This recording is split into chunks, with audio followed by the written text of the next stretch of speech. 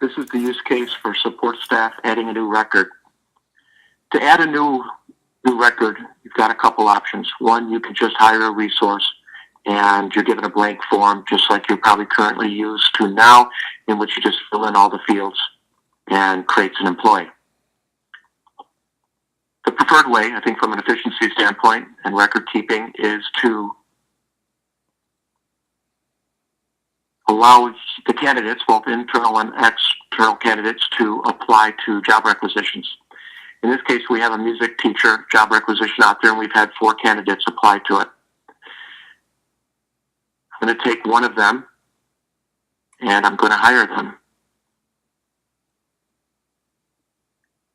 The form that I'm presented is pre-populated with information from both the job requisition and the position. So I'm going to populate all the information that I need to in order for my business rules to be met.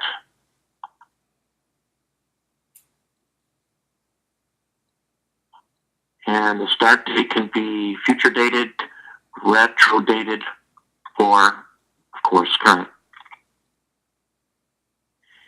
I need to put in a work schedule, and this is what tells the system whether it's a contracted employee or not. So I'm going to add an 11-month contract to them, and I'm going to submit. Now this hire action has just been sent for approval, and that approval flow can consist of anything. It can be multiple flows based on the school that was submitting it, different flows by the school, or different flows based on the position or the position type. If it's a classified position or a non-classified position, they can have different approval flows. Now that the employee's in the system, we can take a look at the contract that is created automatically.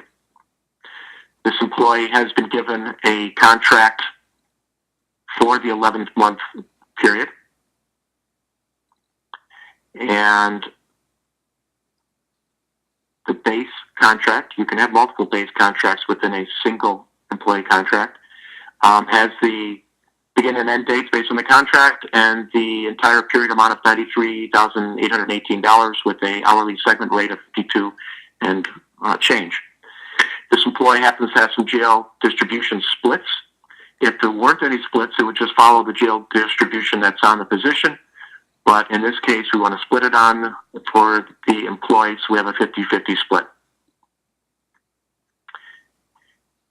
For orientation pay, you could put that in as supplemental pay, or you can just simply add a time record for that employee for the $7.50 an hour times however many hours it is.